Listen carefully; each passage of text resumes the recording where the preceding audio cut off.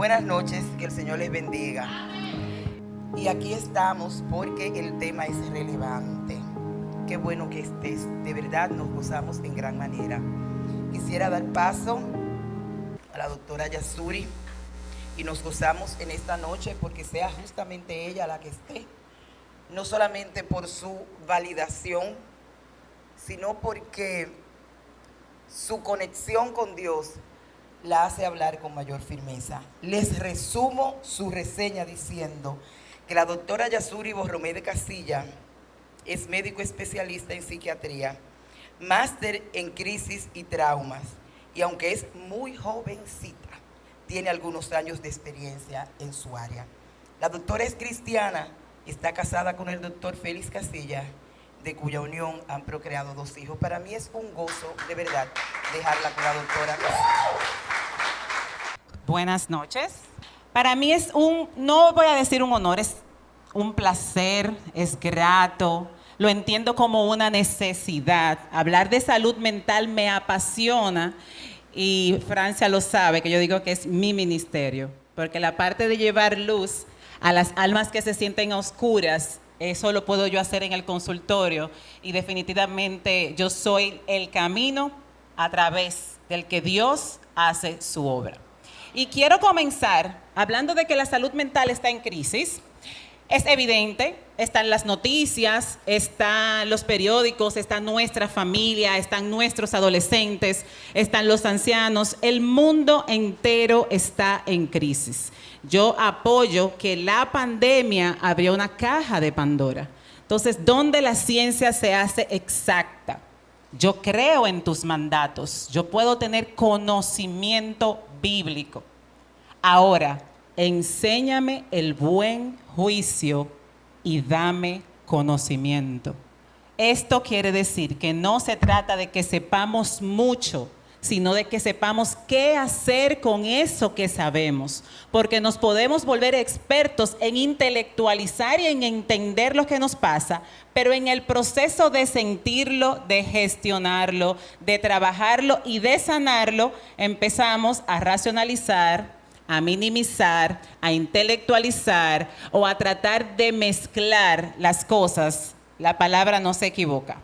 En la palabra la ciencia es exacta y no se contradice. Les puedo decir que mi fe se afianza en la ciencia. No existe contradicción entre ciencia y fe. Lo que existen son humanos confundidos que pueden contradecir una cosa con la otra, y a la muestra este salmo. Ninguno es inamovible del otro. Entonces, ¿qué vamos a ver en la noche de hoy? Para poder hacerlo sencillo y poder hacerlo educativo, quiero tocar los tópicos más importantes que nos están afectando como sociedad en la salud mental y abordar aspectos que hablan del cerebro, porque estamos muy claros de que somos seres tripartita. Somos cuerpo, mente y espíritu. Pero pasa algo interesante con la mente, en donde muchas veces se habla y se dice que está asociada el alma, el asentamiento del corazón. Entonces, en esa parte, el cuerpo alberga un órgano que se llama cerebro. Pero ese cerebro, ¿cuál es la función? Razonar, pensar, sentir y reflexionar. Entonces, en esa parte del cuerpo albergamos los sentimientos, los pensamientos y las conductas. Y el espíritu, que no quiero como entrarlo en la parte científica, porque ya sabemos que el espíritu vuelve a quien lo dio y al inicio sopló. Eso no es discutible. Ahora, en ese cuerpo hay un órgano que es el cerebro, y en ese cerebro albergamos pensamientos, emociones, conducta, y hacemos saber que está el alma. Vamos a ver qué es la salud mental, cuándo está en riesgo la salud mental, porque hablar de una crisis, las crisis son circunscritas en el tiempo.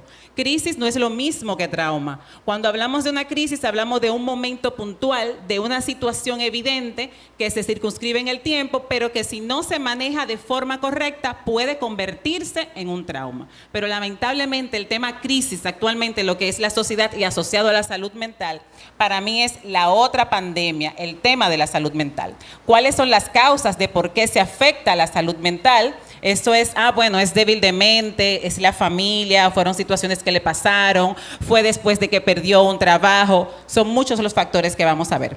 ¿Cómo identificar si algo no anda bien conmigo, con el otro, con quien tenemos cerca? Porque en lo cotidiano nos envolvemos tanto que nos desconectamos del mundo emocional, empezamos a actuar en automático, empezamos a trabajar el día entero para llegar cansados y así poder dormir, pero ¿realmente estamos viviendo o estamos sobreviviendo? Eso también lo vamos a ver esta noche.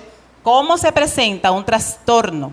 ¿Es gradual? ¿Es de inicio lento? ¿Realmente es algo que puede verse y prevenirse antes? ¿O es de forma repentina que de la noche a la mañana un paciente puede desconectarse de la realidad o puede cometer tragedias como lamentablemente hemos visto? También vamos a ver cómo se puede prevenir. ¿Hay prevención? Absolutamente. Si hay prevención, también hay cura. En el 95% de los casos asociados a trastornos mentales, hay cura. Y las recomendaciones finales. Entonces pasamos a definir qué es la salud mental. Como estaba diciendo al principio, nos acostumbran socialmente, en la familia, en el ambiente, que salud mental es ser fuerte, poder con todo y seguir adelante. No. Salud mental no es poder con todo. Salud mental no es poner de su parte, pon de tu parte, eso es la mente. Quieren algo más que una persona que se despierte y no quiera ni respirar, que alguien de afuera le diga, pon de tu parte. Cuando un ser humano llega a un punto más comúnmente de la depresión, que no logra ni trabajar bien, ni ser productivo o está irritable, y viene un externo y le dice, pon de tu parte, se frustra más. Porque ya lo ha puesto todo, todos sus recursos ya se han agotado. Es qué necesitas, en qué te puedo ayudar. Poner de su parte no es salud mental, no es dejar de darle mente a las cosas, que existe bastante y es frecuente. No, yo no le doy mente a eso, yo lo pongo de lado y sigo adelante y eso es tener una salud mental fuerte. No, eso es evadir lo que realmente sucede y cuando usted evade el trasfondo de lo que le pasa, va a cambiar de forma, pero nunca va a sanar. Usted va a cambiar de comprar mucho, a comer mucho, a dormir poco, a salir bastante, a tomar, a entrar en situaciones de riesgo, pero no es que va a sanar, usted está evadiendo. Un ejemplo que pongo muy claro cuando estoy en la consulta es que yo puedo pasarme la noche entera aquí, hablando de este tema, sin mirar a la diapositiva. Yo me puedo querer hacer creer que la diapositiva no está ahí, pero está. La cuestión es que yo decido no mirarla. Entonces, eso pasa con los problemas de salud mental. No desaparecen si no los miramos de frente y no los atravesamos. Porque el proceso de conocer no es solamente el proceso de sanar. Hay un proceso que hacer. Entonces, si salud mental no es ni poner de su parte, ni ser fuerte, ni dejar de lado, ni poder con todo, ¿qué es en realidad la salud mental? Definida por la Organización Mundial de la Salud, se concibe como un estado de bienestar en el que la persona es capaz de conocerse, autoconocimiento, en qué soy vulnerable, cuáles son mis fortalezas, qué tanto conozco mis emociones, cuándo reconozco que en realidad lo que estoy es triste y no enojado, cuándo puedo comprender que en realidad lo que siento es un vacío y no es que lo estoy evadiendo. Conocerse y poder hacer frente al estrés de la vida. Entonces, en este primer párrafo damos por hecho que salud mental no es que no va a haber estrés. Salud mental no es que no van a haber problemas. Salud mental no es que no va a haber tristeza, ansiedad o angustia. Salud mental es que vamos a tener la capacidad de hacer frente a las circunstancias que producen esto y poder llevarla de una manera saludable. Y en ese mismo sentido podemos decir que es el fundamento de la estabilidad, en primer lugar, individual, y del funcionamiento adecuado en la comunidad. Una persona con salud mental tiene bienestar para con sí mismo, pero ese bienestar no solo se lo queda en sí mismo, sino que también contribuye a la sociedad para aportar algo y ser mayor en el sentido de dar. Mantiene la alegría, la armonía consigo mismo y con el entorno. La capacidad de disfrute habla de salud mental. Se dan cuenta que no es fortaleza, es autoconocimiento, es capacidad de hacer frente y capacidad de gestionar las verdaderas emociones, porque después vamos a hablar que una emoción no es lo mismo que un sentimiento y que un sentimiento no es lo mismo que un estado. Todo tiene un tiempo. Entonces, no puedo hablar de salud mental, de crisis a nivel mundial, de crisis en nuestra sociedad en salud mental, si no hablamos de pandemia. Esto es alarmante porque ese recuadro lo hizo la Organización Mundial de la Salud a un año de pandemia. Y si vamos a las estadísticas, para un año de pandemia, 2021, 1 de cada 5 personas en el mundo que habían pasado por COVID habían hecho depresión o ansiedad. Post-COVID, eso sin contar los diagnósticos antes del COVID. Son personas que nunca habían hecho un episodio de ansiedad, nunca habían hecho un episodio depresivo y post-COVID, eso quiere decir que en el mundo el 20% experimentó depresión, ansiedad o insomnio post-COVID. Agreguémosle que la depresión está diagnosticada con más de 300 millones de personas en el mundo antes del COVID. Y si esto fue en el 2021, ustedes saben lo que ha pasado con la salud mental del 2021 hasta acá. Imagínense por dónde andan estas estadísticas. Y lo más alarmante de esta diapositiva, que eso que se ve pequeñito acá, entre un 8 y un 10%, los pensamientos suicidas, los intentos y los actos, especialmente en las personas jóvenes, aumentó. Nunca en la historia de la humanidad había sido el suicidio la primera causa de muerte en adultos jóvenes hasta ahora. Eran los accidentes de tránsito, estaban también las riñas, luego estaba el suicidio por el grado de impulsividad que manejan los jóvenes. Hablando de suicidio y de estadística, vamos a decir que los hombres cometen más suicidios que las mujeres, pero las mujeres lo intentamos más que los hombres. Cada vez que 4 mujeres intentan quitarse la vida, un hombre lo logra. Los hombres tienen más riesgo. ¿Por qué? Son a lo que menos se le habla de las emociones, son los que menos expresan lo que sienten, son los que tienen menos capacidad de gestión, son los que no pueden sentarse a chismear con un amigo de verdad de todo lo que pasa. No tienen esa capacidad. Y cuando ese mundo interno empieza a hacer ruido aquí adentro, la mente lo que va a buscar es dejar de sufrir. La mente, en realidad, el suicidio es ambivalente. El ser humano no quiere salir de la vida, quiere salir de la forma en la que está viviendo, pero no sabe cómo hacerlo y lo más importante, le cuesta pedir ayuda. Ese 8 a ese 10% aumentó, y vuelvo y digo, a un año de pandemia. Hablando de post-COVID, vamos a hablar de uno de los diagnósticos más comunes y que menos se está viendo, porque depresión y ansiedad es lo más común. Pero hay un diagnóstico que es el trastorno de estrés postraumático, que en la población durante el COVID se estimó para el 2020, en el Centro Diagnóstico de Trastorno del Estrés Postraumático, que los que estaban más en riesgo de hacer trastorno de estrés postraumático, que es esa enfermedad, vamos a llamarla multisistémica, que es capaz de afectar el cerebro para siempre. Es como que esos veteranos que van a la guerra, que después que vuelven a sus casas no se vuelven a adaptar, porque ese cerebro no se acostumbra a estar relajado, todo lo identifica como una amenaza, no tiene la capacidad de relajarse. El ser humano está hecho para vivir relajado y estresarse a veces. No es para vivir estresado y relajarnos cuando podamos, es al revés. Entonces, ese diagnóstico, los primeros que estaban en riesgo de padecerlo era el equipo de salud en pandemia. ¿Por qué? Porque el equipo de salud estaba en contacto directo con una enfermedad que nunca nos imaginábamos que íbamos a vivir, estaba en contacto directo con el tipo de deterioro que estaban teniendo los pacientes y la impotencia de no saber qué hacer. En segundo lugar, los contagiados y los familiares. Y en tercer lugar, la población general, porque ¿quién nos iba a decir si aquí hay por lo menos 3 generaciones que íbamos a vivir una pandemia? Eso no lo imaginamos. Entonces, esas secuelas a nivel psicológico y ese sistema de alarma que se llama amígdala en el cerebro, que se disparó para uno estar hipervigilante en los lugares donde hay muchas personas, la higiene, el lavarse las manos, el dónde voy, con quién voy, cuándo salgo. Eso ha sido catastrófico, sin contar las muertes durante COVID esos tipos de duelo, sin nadie que acompañe, enterrar a sus fallecidos sin poder verlos, entregarlos en una funda, todo eso está llegando a consulta ahora. Una de las preguntas que se ha añadido en la entrevista de psiquiatría de primera vez, ¿cómo pasaste COVID? ¿Qué pasó en COVID? Porque hay un antes y un después en la salud mental con relación al COVID.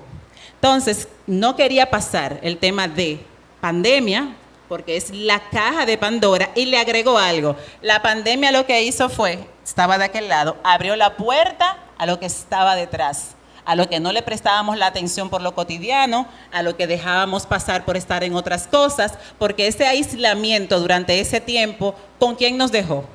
Con nosotros mismos y con nuestros vínculos más cercanos. ¿Y qué pasó bajo un mismo techo 24 horas, todo el mundo y mirándose la cara? Ahí aparecieron las crisis de pánico, los trastornos depresivos, el aumento del consumo de sustancias, las separaciones, las uniones, los embarazos post-COVID, que también ya tenemos unas estadísticas que todavía están en estudio, que los niños concebidos en COVID, post-COVID, están teniendo muchos temas asociados al neurodesarrollo. Mucho, eso es alarmante. Entonces, cuando vamos a hablar de los factores de riesgo, vuelvo otra vez. Es multifactorial, no hay una sola causa. Para poder hablar de salud mental afectada, cualquiera que fuera el diagnóstico, tenemos que irnos a que el cerebro, que es parte del cuerpo, está en un órgano que alberga la mente. Y si se afectan, afecta el alma. Los factores predisponentes no son los mismos que factores precipitantes. ¿A qué quiero decir? Es como, desde que lo despidieron del trabajo, jamás volvió a ser el mismo. ¿Fue porque lo despidieron que se deprimió? No. La despedida del trabajo fue el factor precipitante. Los factores predisponentes en la genética familiar. Hay historias de depresión, hay historias de cuadros psiquiátricos, hay historias de ansiedad, porque aunque no sea el mismo diagnóstico que se repite, si en su familia, ya sea a nivel horizontal, primos, hermanos, vertical, tío, tía, papá, mamá, abuelo, abuela, 3 generaciones, y vuelvo y digo donde la ciencia se hace exacta, la transmisión intergeneracional del trauma, 3 generaciones, aumenta 3 veces más el riesgo de padecer un cuadro de salud mental. Eso de romper con eso, de romper la pauta, va a involucrar demasiado autoconocimiento previamente. La genética se impone. El principal factor de riesgo para un tema asociado a la salud mental es la genética. Usted busca en su familia si hay alcoholismo, si hay depresión, si hay ansiedad, si hay bipolaridad, si hay esquizofrenia. Y la famosa frase de que sufría de los nervios, investiguen qué era lo que hacía, porque en ese solo grupo que no existe ese diagnóstico, se envuelven trastornos bipolares, ciclotimia, trastornos de ansiedad con ataques de pánico, esquizofrenia, que decimos que es el cáncer de la psiquiatría, y quiero abundar un poquito en ella por lo que ha pasado recientemente. Historia de trauma en la infancia. Lamentablemente cargamos con la historia y necesitamos ser conscientes de ella. Eso de que porque me pasó en la infancia no tiene por qué repercutir en el presente. El cerebro humano empieza a desarrollar su mundo emocional desde la forma en cómo fue concebido hasta los primeros 8 años de vida.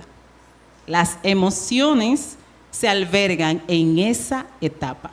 Si usted no recuerda nada, si usted sabe que hubo abandono, negligencia, parentalización, que es que le dan el rol de un adulto cuando usted es un niño solo porque es el más grande para cuidar a los demás, el que usted tenga que encargarse de una casa, encargarse de un papá, que es la parentalización, la negligencia, ¿qué es esto? No, mis papás fueron a trabajar y yo reconozco que lo hicieron fue por mí, sí, pero mientras tanto lo dejaron solo.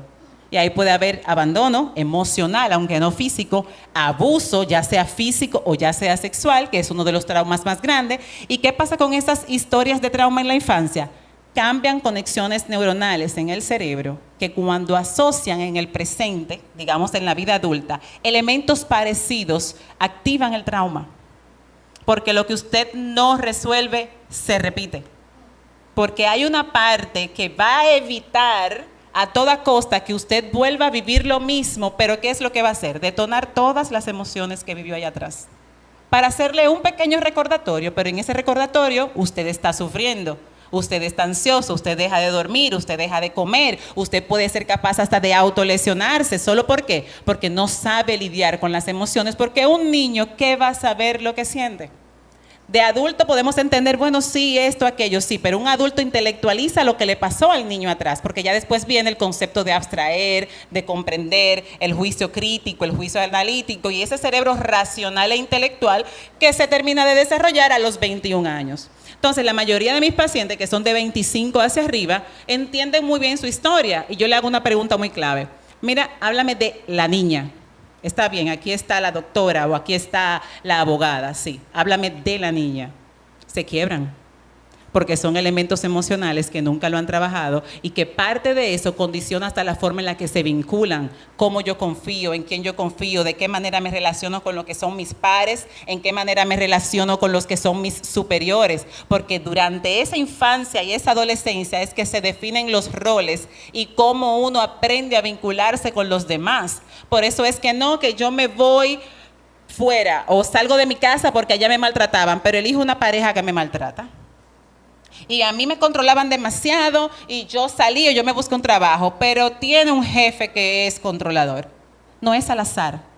Elegimos los vínculos que conocemos de la infancia y de la adolescencia. Es después que aparecen los mecanismos inconscientes para salvarnos a decir, mira, esto es por esto, hazlo de esta manera, esto es así. Y empezamos a intelectualizar, a racionalizar, a comprender, a verbalizarlo todo, pero a ir archivando las emociones en ese cerebro derecho y a veces nos sobrepoblamos del cerebro izquierdo. El cerebro derecho son las emociones, el cerebro izquierdo es el intelecto y la razón.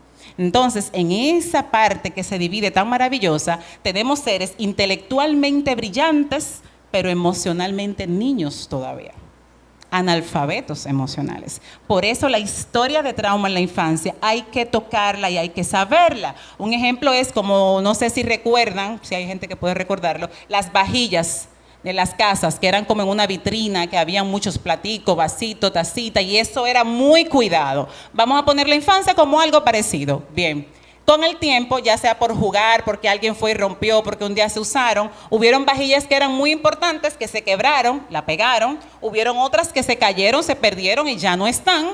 Entonces esa vajilla sigue presente, haciendo símbolo de que significa algo en la vida, pero hay algunas que no están, hay otras que están cuarteadas y hay otras que están intactas. Eso pasa con el mundo emocional de los adultos.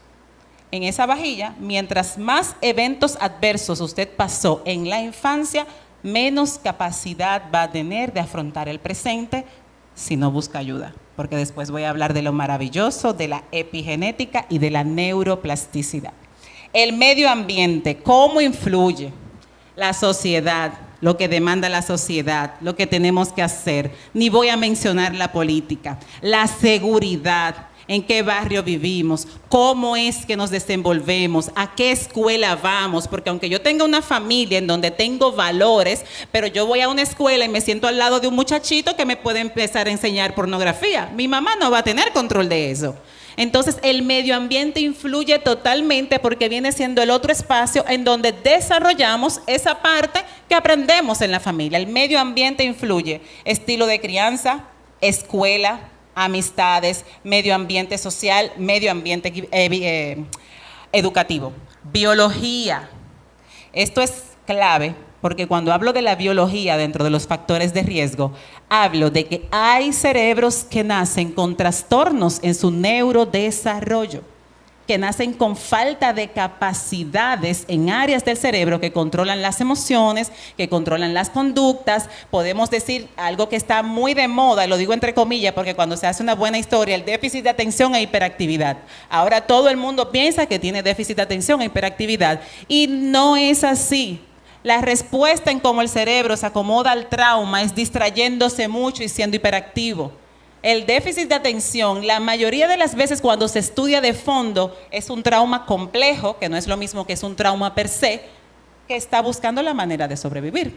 Entonces, en la biología, enfermedades médicas, hipotiroidismo, la parte reumatológica, la parte endocrinológica, la diabetes, la hipertensión. Y me gusta decir una estadística. Existen más pacientes con depresión que hacen diabetes que pacientes diabéticos que se deprimen. Miren la puerta de entrada de lo que hace la depresión. La depresión en sí misma es puerta de entrada para otras enfermedades médicas. ¿Por qué? Porque el depresivo se vuelve sedentario, empieza a comer chucherías, es afín solamente a los dulces, no cuida sus horas de descanso, y si en la familia ya hay diabetes, pues ya saben, un caldo de cultivo que termina siendo una diabetes, pero ¿qué resulta? Que la base era depresiva. Y a eso vamos, a los multifactores. Ahí está, la proteína C reactiva, amigdalitis a repetición en la infancia, factor de riesgo para temas de salud mental en la adultez.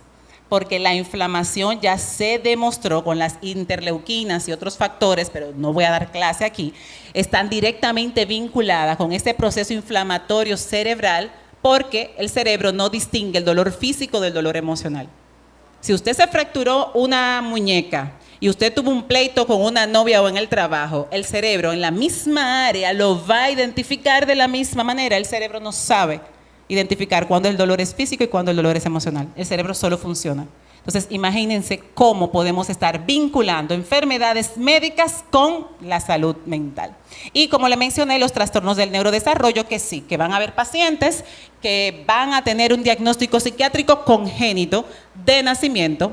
Están lo que le llaman los retrasos, que ya no se llama así, sino discapacidad intelectual, y que va a tener subtipos. También, si durante el parto ese niño tuvo hipoxia, o sea, falta de oxígeno en el cerebro, si ese niño convulsionó, si nació moradito, si nació bajo peso, si tuvo que ponerlo en incubadora, eso es un niño con probabilidad de casi el 40% que entre la adolescencia y la adultez va a desarrollar un diagnóstico psiquiátrico. Entonces, ¿las causas son biológicas o situacionales? Ambas.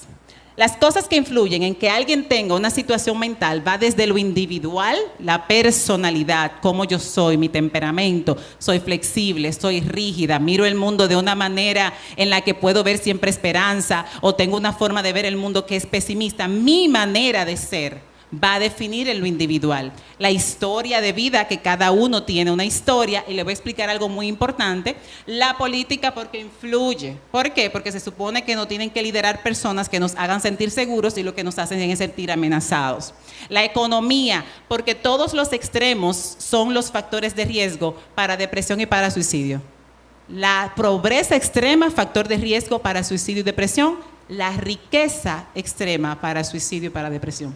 Por eso, si se fijan, cuando dicen, pero ¿cómo fulano, el artista, la artista, el chef, el deportista, cuando se supone que ya están en la cima de todo lo que casi la mayoría lucha y busca, termina quitándose la vida? Porque empezó a buscar afuera lo que solo se puede llenar dentro, y cuando llegan a tener todo esto tangible, que entiende que lo va a hacer bien, el vacío se hace más hondo. Y como no encuentra con quién llenarlo, no le encuentra sentido a la vida, porque ya ¿por qué luchar? ¿Ya para qué luchar? Y una anécdota que me gusta hacer, que les digo que particularmente a mí me impactó, fue el hecho de que tuve un paciente de un perfil económico tan alto que para sus 50 lo que hizo fue comprar un avión y volar al Gran Cañón, él mismo pilotearlo, porque se preparó para que ese sea su regalo de sus 50 años. Se compró su avión, se fue a California, volvió, lo piloteó, y a la semana estaba en mi consulta. ¿Por qué me siento vacío, Yasuri? Entonces, no son los bienes materiales. Cuando las cosas se trata de lo intangible, a veces luchamos por metas que cuando las tenemos cuestan más, porque se dan cuenta que no la llena. La parte estructural, como hablé de las enfermedades, los déficits y la biología, y esto determina las capacidades de cada uno lidiar con situaciones que, aunque aquí 20 personas hayan tenido la misma experiencia, las 20 la van a narrar distinta. Aunque ahora mismo aquí pase un evento catastrófico, Dios no lo quiera o algo, ahora, y después nos aíslan de manera individual y empiezan a preguntarnos cómo la vivimos y qué pasó, todos lo vamos a narrar diferente. ¿Por qué? Porque más que lo que pasa afuera, es el mundo interno de cada quien lo que determina la capacidad de lidiar con algo o no. Un ejemplo muy claro, y lo hacen en terapia cognitiva conductual. Yo puedo preguntar ahora mismo, imagínense una silla en su mente. Es literal, es un ejercicio. Una silla en su mente. Bien, ahí me estoy imaginando una. La mía es de guano, chiquita, cremita, porque se parece a una que yo tenía. Pero aquí pueden haber sillas de plástico, amarilla, roja, verde, morada, porque cada cerebro va a trabajar en función a quién es. Hay quienes se pueden imaginar un trono, pero es un solo comando. Imagínense una silla, para que usted vea lo complejo que es el ser humano, para solamente circunscribirnos que eso es porque tiene la mente débil o porque no pone de su parte. Siguiendo con los factores de riesgo de la salud mental, aquí pasa algo muy importante. ¿Se da de forma repentina o es de manera lenta? Quiero hacer un paréntesis y hablar un poquito de eso porque hay que tener pendiente que hay solo una enfermedad, que son los síndromes confusionales. ¿Qué significa eso? Delirium con U, que no es lo mismo que delirio, que también lo voy a aclarar. Cuando una persona tiene un problema del hígado o una persona tiene un problema de riñones y ese problema no se corrige y ese paciente se vuelve tóxico por las toxinas de no funcionar bien su hígado o no funcionar bien sus riñones, este paciente puede tener alucinaciones, delirio, agitarse, tornarse agresivo, pero su base es médica. Una vez se corrige su tema renal de los riñones o su tema del hígado, la hepatopatía, este paciente vuelve a su estado de conciencia. Entonces, la realidad es que el 95% de los casos se da de forma lenta. ¿Qué es lo que sucede entonces? Y voy a hablarlo porque sí, porque creo que lo que más me ha movido en hacer más educación social, porque no es lo mismo hablar a médicos que hablar a población que sí pueden tener alertas y prender y encender sensores cuando esto pasa. De manera abrupta solo se han identificado los casos cuando hay intoxicación por sustancia, ya sea el alcohol, y advierto, los suicidios y homicidios y los feminicidios están más vinculados al alcohol que a marihuana, cocaína, éxtasis, LSD. La sustancia más vinculada a accidentes de tránsito y muerte, a suicidio y a homicidio es el alcohol, culturalmente aceptado en todo el mundo y normalizado.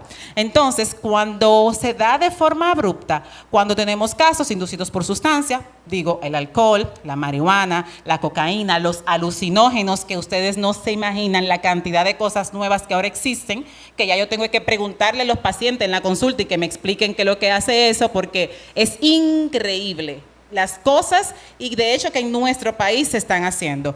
Esas y también las psicosis, que es la pérdida de la realidad, de ver cosas, de oír cosas, post-epilepsia. Hay personas que cuando hacen crisis convulsivas, convulsiones, la gota, la epilepsia, que caen y todo esto, cuando vuelven en sí tienen conductas muy erráticas, pero es porque su mente no vuelve a su estado de conciencia de forma rápida. Entonces, inducción de sustancia, intoxicación por sustancia y epilepsia. A esto también las que son causadas por enfermedades médicas. Son las únicas 3 enfermedades que pueden aparecer de forma abrupta.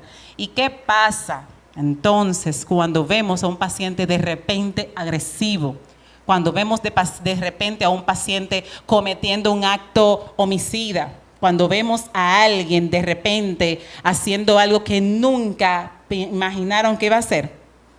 Cuando se detalla de forma clara durante la entrevista, siempre los familiares empiezan a titubear, a mirarse entre ellos y a decir, sí doctora, es verdad, tenía unos días que se aisló, tenía unos días que dejó de bañarse, están oyendo los síntomas de alerta, tenía unos días que empezó a decir cosas extrañas y bajitas, pero como no estaba agresivo, no le buscaron ayuda.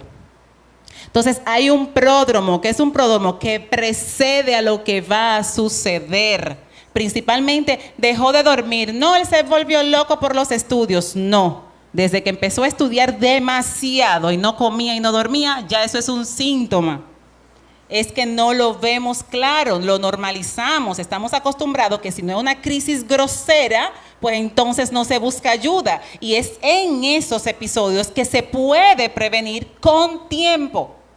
A ver, solo que pasaron por alto por no ser tan importantes o graves. Un ejemplo, dejó de comer, se apartó de todos, dejó de hablar como antes, o empezó a hablar cosas raras, o empezó a decir que oía cosas, y lo que le dicen a los familiares, eso está en tu mente, eso no es verdad, muchacho, no le dé mente a eso. Entonces, cuando empieza a decir ya, a verbalizar los delirios y las alucinaciones, pues los familiares no le hacen caso, y a los familiares no le hacen caso, ¿qué ellos hacen? Empiezan a hablar consigo mismo y con esas voces que le hablan. Y esas voces pueden ser comentadoras que hablan hablan entre sí y esa persona le presta atención, que son alucinaciones auditivas, pero esas voces pueden ser tipo comando, que le manden a hacer cosas. Entonces pasa algo. Hay tipos de enfermedad cuando empiezan a alucinar que son sintónicos. ¿Qué significa eso? Yo estoy convencida que lo que yo estoy escuchando viene de Dios y yo no voy a cuestionar la palabra de Dios, porque la que se va a perder soy yo.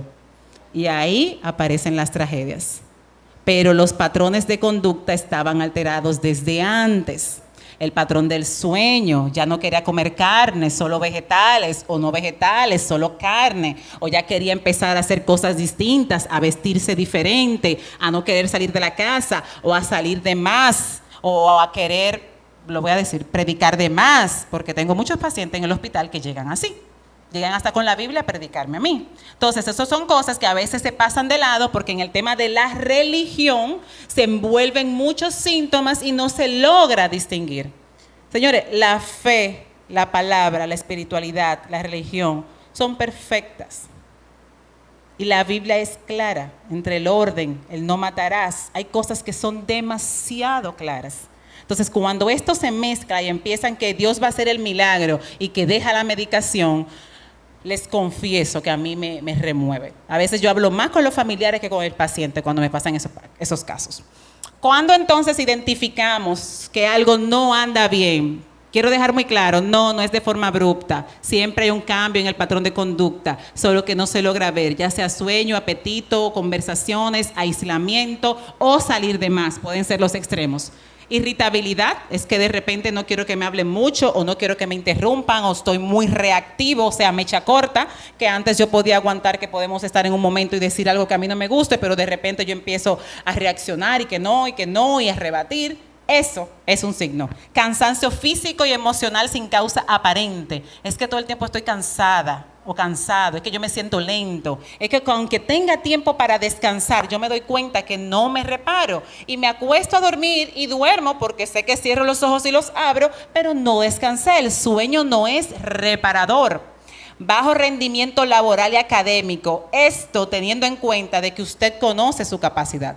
Recuerde que salud mental es la capacidad de conocerse. Si yo sé que soy extraordinaria al momento de hablar, por ejemplo, de traumas, y de repente yo estoy en una asamblea de traumas y la que menos está opinando soy yo, y de repente yo estoy hablando de temas y básicamente yo como que me distraigo, yo conozco mi capacidad, yo no estoy rindiendo a mi capacidad y ya eso es una señal de alerta. Si usted sabe que en términos académicos, matemáticos, gerenciales, directivos, óptimamente usted es un 100 de 100 y usted está en un 60, revise, no lo normalice. Porque a veces dicen, no, es el estrés, es el trabajo, son los servicios, es el cansancio, son los aviones, es esto. Si no está en su capacidad y esto persiste la mayor parte del tiempo, casi todos los días, por más de 2 semanas, es un síntoma. Es un síntoma. Dentro de lo cotidiano se envuelve lo grave. Dolores físicos sin nada que lo justifique. Dolor en la nuca, dolor en la espalda, dolor en los hombros, en la espalda baja, en las pantorrillas, dolores de estómago, el tema gastrointestinal, que voy mucho al baño o que no estoy yendo al baño. Todos esos síntomas, si usted va a su médico, a un internista, a un gastro, y le descarta, porque eso es protocolar, que aquí no está pasando nada, visite a un psicólogo. Y mire que estoy comenzando con el psicólogo porque le tienen miedo a los psiquiatras. Pensamientos extraños y catastróficos. ¿Qué es eso? Que de repente yo empiezo a decir, pero de verdad, ¿para qué que uno está vivo? Y de verdad es solamente para uno vivir, trabajar, tener hijos, tener esto. Es antinatural pensar en la muerte. Es antinatural que el ser humano piense en la desesperanza, que eso es un síntoma. Entonces, en el momento que pensamientos extraños, o que va a pasar algo, o que mira, yo vengo a la charla, pero yo no me quiero ir tan tarde, comenzó tarde porque la sociedad está muy mal. Si usted empieza a anticipar de que algo malo va a pasar, lo probable no es lo posible. Sí, es posible que pueda pasar algo, pero no es probable, porque lo probable es más frecuente que suceda. Esos son pensamientos catastróficos que tienen de base una base ansiosa. La alimentación, el sueño, ya sea comer mucho, ya sea comer poco o ya sea comer de antojo, esos 3 elementos, si usted los sostiene más de 2 semanas, son síntomas. Otros, ¿cuáles son? Independientemente de que estemos hablando de depresión, de ansiedad, de bipolaridad, El trastorno depresivo son 13 tipos diferentes de depresión. El trastorno de ansiedad son 10 tipos diferentes de ansiedad. Y ansiedad no es lo mismo que trastorno de ansiedad. Habemos personas, porque me voy a incluir, que tenemos una base natural ansiosa. ¿Cómo la manejamos? Siendo intenso, haciendo muchas cosas, poniéndola a producir y esto, aquello, pero yo tengo ese conocimiento de que yo óptima soy un poco activa. No quiere decir que tengo un trastorno de ansiedad, pero mi ansiedad la vuelvo funcional, porque el estrés y la ansiedad no es lo mismo, y también lo vamos a ver. Entonces, independientemente de los diagnósticos de psiquiatría, existen 3 grandes grupos de síntomas: físicos, psicológicos y conductuales.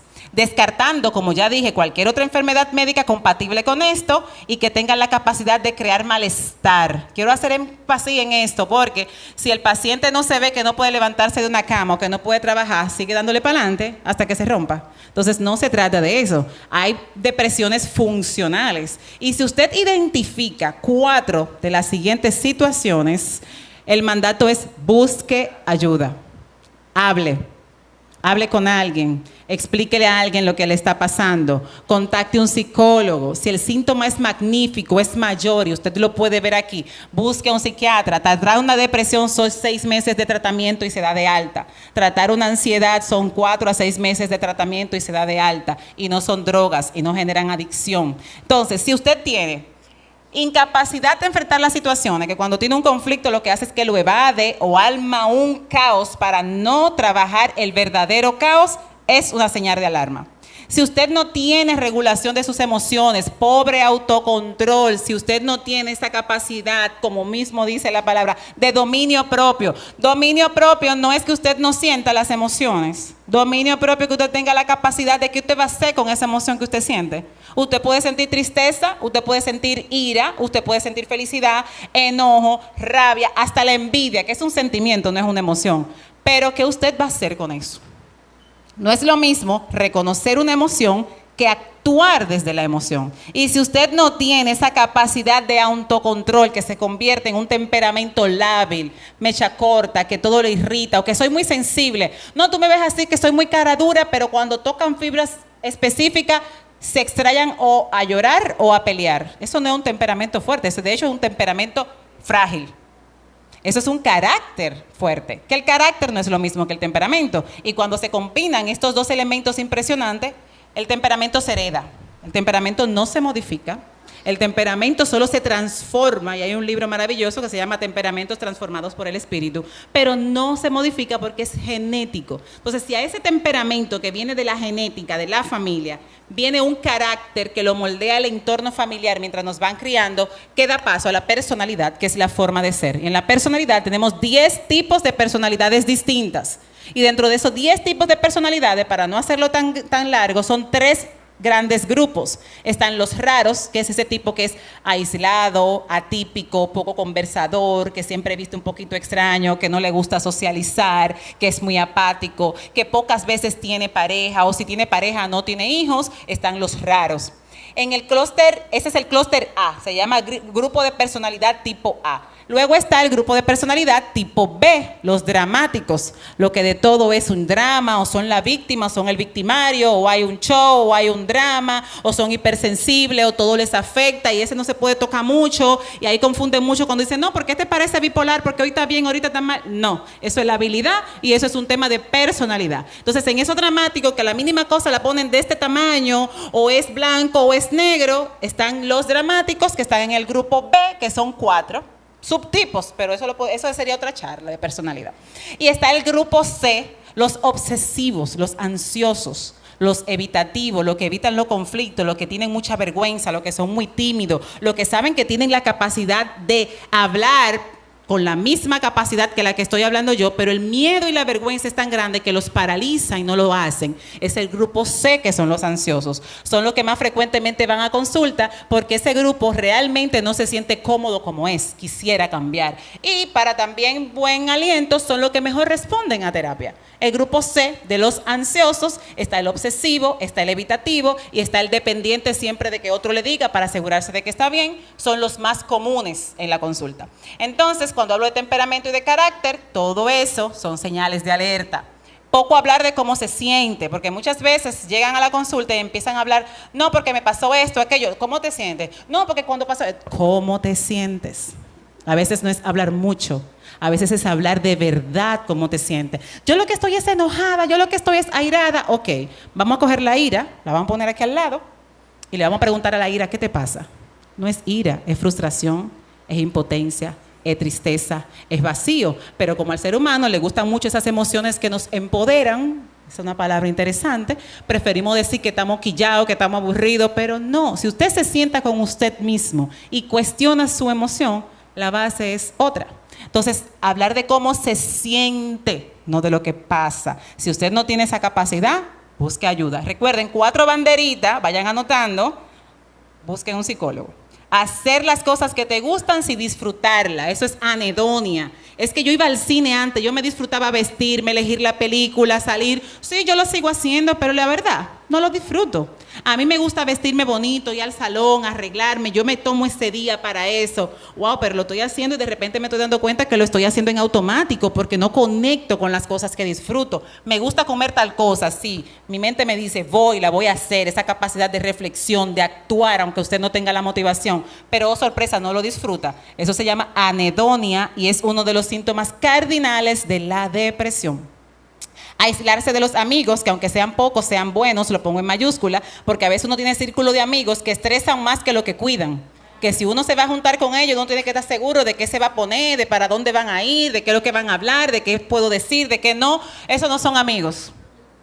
Cambia de amigos. Si usted no tiene un amigo con el que usted se pueda sentar y hablar de qué le tocó en esta charla, de cómo usted se sintió, cambie de amigos. Y si se aísla, que lo llaman para salir y lo llaman para divertirse y usted decide no hacerlo y dice, ay no, yo prefiero quedarme viendo una serie y de repente que prefiero quedar, ok, pero después pasan los meses y usted misma dice, tengo 3, 4 meses que no salgo, pero sorpresa, a mí me gusta salir. Eso es una señal de alarma. Exceso de trabajo. Es un tema tan interesante. Yo conozco a muchas personas que veo aquí porque somos hiperfuncionales, pero a veces el exceso de trabajar es una forma de evadir y de distraer de las emociones. Y que estoy ocupada, y que estoy haciendo esto, y que voy para allá, y que voy para acá, y que voy para aquí, y que tengo aquello, y que tengo lo otro, y que no puedo. Usted está distrayéndose, usted no está resolviendo nada. Pero, oh sorpresa, como hay mucho trabajo, se recibe primero una remuneración económica, y en segundo, la validación de que te dicen, wow, qué muchacha más trabajadora, qué muchacho que trabaja mucho. Wow, eso sí, porque entonces es socialmente aceptable. Pero si usted sabe que usted está trabajando y está reconociendo quizás hoy que en el fondo es para usted desconectarse, busque ayuda. No descansar, aunque saque el tiempo para hacerlo. Y aunque no lo saque, el descanso es vital. Aquí hay que tener en cuenta cosas. Existen cosas que son importantes. Existen cosas que son vitales. Lo vital sostiene la vida. Comer bien, dormir bien, descansar y disfrutar algo que no tenga nada que ver con el trabajo. Eso sostiene la vida. Después, importante, socializar, trabajar, compartir con amigos, irse de viaje, irse de compra. Eso le añade, pero eso es importante. Eso no es vital. O sea, a veces tenemos personas solamente sosteniendo lo importante y olvidándose de lo vital. Y tenemos gente muy intelectual, muy trabajado, muy cosas, pero no duermen bien, no comen bien y no descansan. Eso es importante. No dormir suficiente, ya lo he dicho mucho, porque si hay un síntoma que está presente en toda patología de psiquiatría, es el patrón del sueño alterado. Entonces, no poner límites, ese decirle que sí a todo para quedar bien, porque no quiero, pero de repente me sobrecargo con tantas cosas y después me enojo porque yo no quiero hacer tantas cosas, pero usted no es capaz de decir que no. Entonces, si usted no tiene la capacidad de decir que no para no quedar mal con el otro, usted está quedando mal con usted mismo. Porque a usted evitar un conflicto que usted se pone en su cabeza que va a pasar afuera, si usted le dice que no a ese otro, ese conflicto no se evita, ese conflicto lo tiene usted con usted. Entonces evita conflicto con alguien de decirle no, no voy para tal sitio, o no, no voy a hacer esto, pero después el conflicto es con usted que está haciendo algo que no quiere. Entonces, si usted se conoce, reconoce sus propios límites, aprenda a decir que no. Y a decir que sí también cuando quiera. Resistirse a los cambios, no aceptar las realidades. Señores, hay veces que cambio de trabajo, cambio de pueblo, cambio de ciudad, hasta cambio de posición laboral, producen en los seres humanos un duelo que se llama intangible, porque no fue que nadie se murió, sino que fue que se le quitó algo que lo tenían demasiado valor para ellos, que no tienen la capacidad de reponerse. Uno de los principales son los divorcios. Otro de las principales son los cambios de trabajo. Aceptar la realidad es el primer paso para poder convivir con ella, porque, como digo, usted puede brincar, saltar y patalear, y la verdad es tal cual es. Ahora, ¿cómo usted la gestiona? ¿Cómo usted le hace frente? ¿Qué aprende de eso? Y se permite flexibilizar. Vuelvo y menciono historia de infancia, familiar o cercana, porque a veces dicen, no, a mí no me pasó nada, pero a mis hermanitos sí le abusaron. Sí, pero usted vivió ese sufrimiento que vivían sus hermanos, y eso se llama trauma vicario. No, mi papá nunca nos dio golpe a nosotros, pero a mi mamá cada vez que llegaba borracho le daba golpe. Usted tiene la misma huella del trauma de la violencia intrafamiliar, porque aunque usted no lo vivió en carne propia, usted lo sintió aquí. ¿Y qué le digo? Los dolores emocionales marcan más que los dolores físicos. Se le hizo una entrevista a los sobrevivientes del Holocausto, que estaban sin muelas, sin dientes, que le sacaron a sangre fría órganos y le cortaron órganos. Y en las entrevistas, ya ellos ancianos, cuando le preguntaban qué tanto le dolió, a ellos no le dolió. Ellos no recuerdan el dolor de cuando le cortaron o le amputaron algo. Ellos recuerdan lo que le decían mientras le hacían eso. Lo que marca es lo emocional, son las palabras, no son los golpes. Entonces, si en la historia de su familia hay trauma de violencia familiar, de abuso, aunque no sea usted, y usted sabe que lo vivió cerca y lo sufrió, usted carga con esa huella. No reconocer síntomas importantes como todos estos que he dicho a tiempo, poco frecuentes, concentración. Yo no me estoy concentrando igual. Estoy apática, estoy irritable, no tengo actividades fuera de lo laboral, lo mío es trabajo, casa, que me permitan el disfrute. No tomo la suficiente agua, hasta no tomar agua pone en riesgo su salud mental, porque lo torna intranquilo. Usted piensa que esa ansiedad le nubla un poquito, se siente desconcentrado, se apaga, se vuelve poco productivo, y es solamente por no tomar suficiente agua, beber agua. No alimentarse de forma correcta. ¿A qué me refiero? Sí, yo como muy bueno, sí, pero a las 6 de la tarde. Usted no está comiendo bien. Usted está comiendo bueno, pero no bien. Horario y tipo de comida. Porque entonces vienen la hamburguesa, la pizza, lo que encuentran en la noche, el helado. Usted no se está alimentando, Y no tener un ambiente social sano. Seguir ese ciclo, y vuelvo a pasarlas hacia atrás, las primeras 3 diapositivas, seguir en ese ciclo y usted tenga más de 4 de esos banderines, usted está en riesgo de temas de salud mental. Y se puede prevenir abordándolo a tiempo. Siguiente. Porque parecen cosas cotidianas y simples, pero es sobre lo aparentemente simple que se sostiene lo complejo. Y no hay que subestimar, porque sobre estas bases que estamos viendo, que parecen cosas muy sencillas, es que pueden aparecer los conflictos y las crisis inesperadas. Eso es lo grave de no conocer los temas de salud mental. Para no abundar y extendernos, porque sé que es mucho el tema, las enfermedades más comunes de salud mental, la depresión, causa número 1 de discapacidad en el mundo entero desde el 2017. En el 2004 se hizo un estudio que para el 2030 la depresión iba a ser la primera causa de discapacidad porque estaba en las primeras 10. En el 2004 se proyectó que para el 2030 la depresión iba a ser la primera causa. Desde el 2017 la depresión es la primera causa de discapacidad. ¿Qué es eso? Falta de capacidad de funcionar, de trabajar, de tener calidad de vida. Por encima de la hipertensión, de la diabetes, de la tiroides, de los riñones y de todas estas enfermedades comunes que conocemos. La depresión aparece funcional, que se llama distímica, estacional, que solo aparece o en verano, o fin de año, o en cumpleaños. La depresión mayor, que es la que todo el mundo conoce, por eso confunden tanto. Es como que yo estoy funcionando y yo a veces disfruto cosas. ¿Cómo que yo tengo una depresión? Sí, se llama distimia, que es la depresión persistente en el tiempo y funcional. Usted puede trabajar, se puede vestir, pero usted carga con un pesimismo, con una irritabilidad, con una falta de concentración, con un sueño alterado, que aunque en esa mochilita usted pueda con ella, no quiere decir que no sea pesada o que sea suya. Se llama distimia. La depresión estacional, esos bajones por más de 1 o 2 semanas que aparece a fin de año, a principio de año, para los cumpleaños, para aniversarios, que uno justifica, bueno, es que me pongo melancólico para tal fecha. Existe una depresión estacional que aparece en temporadas. La depresión mayor, el disfórico premenstrual a las mujeres, eso que yo me vuelvo un Grinch o un ogro cuando me va a llegar la menstruación y eso pasa todos los meses, eso es una depresión cíclica que se llama disfórico premenstrual y que necesita un tratamiento. La normalizamos y los pobres esposos corren las consecuencias, pero es una enfermedad que tiene tratamiento. Hay pacientes que llegan al punto hasta ni siquiera de poder levantarse a trabajar cuando están en el disfórico premenstrual. Entonces, está dentro de los diagnósticos de depresión. Estoy hablando de los más comunes. Trastornos de ansiedad. Como le dije, hay una ansiedad que es normativa. Esto quiere decir que con ansiedad, ok, el estrés, la ansiedad.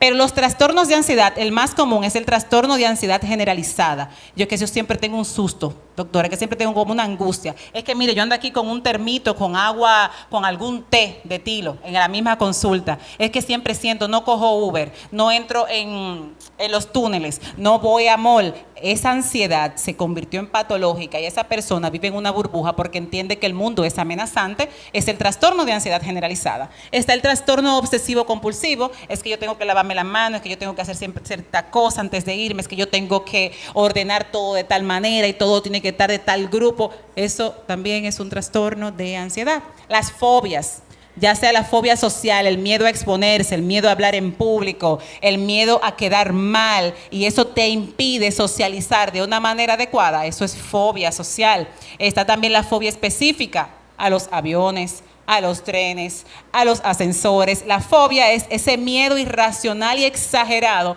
que me impide hacer la actividad o que de yo solo pensar en hacer esa actividad, el cuerpo empieza a detonar todo como que si está en una amenaza de que se va a morir. Y los trastornos de pánico, que esos mandan a la emergencia a todo el mundo, es esa sensación inminente de muerte. Una cosa es estrés, otra cosa es ansiedad, otra cosa es trastornos de ansiedad, vamos a decir la generalizada, y el pánico es ese borde que dice tu mente, ya tú te vas a morir, te va a dar un derrame o te va a dar un infarto, y estás tú en la emergencia casi todas las semanas, y estás buscando más de 4 médicos especialistas diferentes, porque no, es que algo me está pasando y no se están dando cuenta, y yo tengo que seguir buscando, ese médico no me convenció, yo voy a buscar a otro. Ese tipo de trastorno de pánico también se medica. Está la hipocondría, siempre la sensación de que tengo una enfermedad, de que hoy me duele aquí, mañana me duele allá y que me puede estar pasando algo, y es ese miedo a tener una enfermedad catastrófica que sufren más por el temor de tenerla que si aparece. Porque he tenido casos, le puedo decir, que me dicen, doctora, yo hasta descansé cuando me dijeron que yo tenía hipertensión. Porque se crearon un mundo de sufrimiento que el decirle usted tiene una hipertensión, que quién sabe si fue el mismo estrés que se la causó, ya se relajó, hay algo, lo encontraron. A ese nivel se dan cuenta cerebro, mente, pensamiento. Trastornos por consumo de sustancias, alcohol, marihuana, cocaína, crack, éxtasis, LSD, la nicotina, los hongos, todo eso son los más comunes y es triste porque la población que yo estoy viendo en el hospital en el que voy, no es aquí en San Pedro, llegan chicos de 16 años, mujeres embarazadas de 20 años con consumo de cocaína, adolescentes, llegó un niño de 12 años de edad con un trastorno por consumo de sustancia, con una adicción. Entonces, esto está más frecuente de lo que se puede ver, entonces se enmascara con otras enfermedades mentales. Y los trastornos de personalidad, mencioné los 3 grandes grupos y mencioné las características, pero cuando ya esa forma de ser raya en que la gente no quiere ni estar cerca de usted y se torna patológico, se vuelve un trastorno. Trastorno por estrés postraumático, expliqué cuando hablaba de la pandemia, y la psicosis. Psicosis es la pérdida de la realidad. Yo creo que esta enfermedad, la puse en negrita porque esa fue la enfermedad que nos hizo a mí a Francia decidir hacer esta charla hoy, cuando hace menos de 2 semanas estábamos hablando y alarmada por lo que había pasado. La psicosis es esa parte del cerebro que llega a un momento en que se pierde con la realidad, que crea una realidad alterna, y no solo es que la crea alterna, es que se la cree. Y eso es lo que tiene que tener presente el familiar, no es decirle esto está en tu cabeza, esto no es verdad, es acercarse, qué es lo que tú ves, qué es lo que te dice, para poder ir comprendiendo ese mundo interno, porque en la esquizofrenia, que es la pérdida de la cordura, Literalmente, el ser humano lo que hace es que marca un mundo paralelo. ¿Dónde está lo ambiguo aquí? ¿Dónde está como lo triste? Que esa persona sigue conservando su inteligencia. Esa persona sigue conservando su memoria. Sigue conservando sus capacidades. Lo que pierde es el contacto con la realidad. Entonces, una cosa es conciencia, otra cosa es memoria y otra cosa es percepción, que veo, que escucho. La esquizofrenia es un trastorno perceptivo, no de la conciencia ni de la memoria. Por eso es que mucha gente se confunde y dice, no, él no está loco nada, porque él conoce a la gente, porque él sabe lo que hace. Pasa mucho también con el trastorno bipolar, cuando los pacientes entran en la manía. No. Ese mundo le está diciendo que lo que él está viviendo o ella está viviendo es real y puede aparecer muy frecuente en la psicosis posparto, al frenesí, que se le subió el parto a la cabeza, eso es una psicosis posparto, es una depresión posparto que se puede convertir en un trastorno más grave. Para hacer una imagen y verlo más claro, la depresión y la tristeza no es lo mismo. ¿Ustedes saben cuánto dura la emoción de la tristeza? ¿Alguien me puede decir? Una pregunta hacia el azar. ¿Cuánto se imaginan que dura la tristeza? ¿Cuánto? Sí, mi amor. 90 segundos. 90 segundos dura la tristeza. ¿Y qué pasa cuando yo cargo una tristeza que no me desprendo de ella?